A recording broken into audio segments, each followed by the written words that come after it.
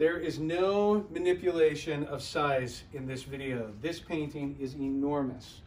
It is 72 by 130 inches, and it is by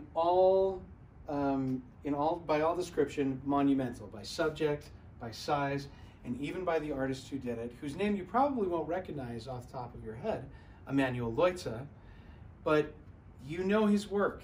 He is the artist who 6 years after doing this painting of the departure of the Israelites, he did his painting Washington crossing the Delaware, which is now in the Metropolitan Museum of Art. He painted Washington crossing the Delaware and this painting, Departure of the Israelites, while he was living in Germany. Born in Philadelphia, he went to the Dusseldorf Academy and left early in order to pursue his own path. But leaving early the academy meant that he had to prove that he had the chops, the arsenal, the same level of skill as any other artist of the time.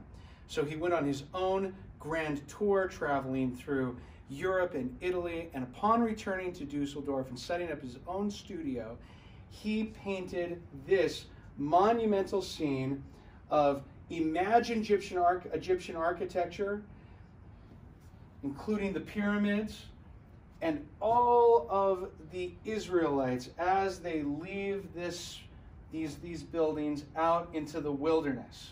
I want to point out just a couple of details here. Here we have, if we're just talking about the story, the Pharaoh who the night before, if you remember, this happens in the narrative of the Bible in Exodus 12 and 13.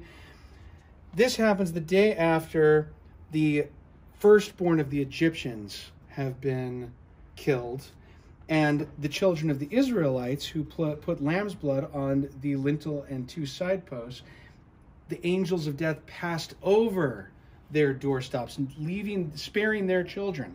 So this is the day after the Passover. And here on the other side, you have these small figures just about 5 inches high of Moses and his spokesman Aaron, who are directing the crowds as they leave. Now, the architecture of this is quite remarkable. It's imagined because at this time, in the first half of the 19th century, we still didn't have the same kind of archaeological research that that was even done at the last half of the 19th century. So what he's done is he's taken a kind of Greco-Roman approach, and you'll see that he's even copied the orders. So you have an Egyptian kind of Corinthian order, a Egyptian equivalent of the Doric, and then a Egyptian version of the Ionic order for those of you who are architectural students. And then he's put a kind of Pantheon type building without the cupola on the top of it, in with all of these what's the word I'm looking for? Obelisks that are coming down as a path. And they're borrowing all of the language that they've seen from Egyptian buildings that have been recovered at this time.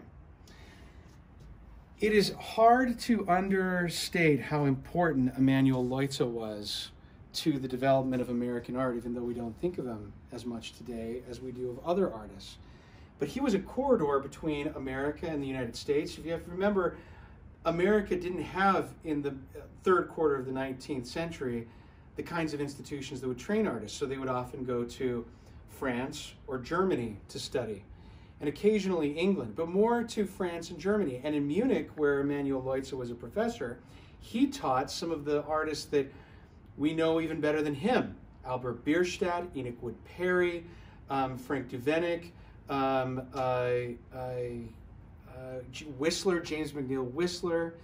There's a host of maybe 30 or 40 artists that were just Americans on top of the hundreds of other artists that he trained. But one of the connections that I find most fascinating for where we are here locally is that Albert Bierstadt, who was a German-American like Leutze, after studying with Leutze, came back west, came to Salt Lake City, and painted monumental scenes. But instead of buildings, he was doing mountains. He was doing Yosemite, he was doing the Rocky Mountains. And both Bierstadt and Leutze's works can be found often side by side in the White House, the Smithsonian, the Metropolitan Museum of Art. This is one of the few pieces that has ever come up to the private market. We were very lucky to have found it. It came out of a Masonic lodge that has had it almost since the time it was painted.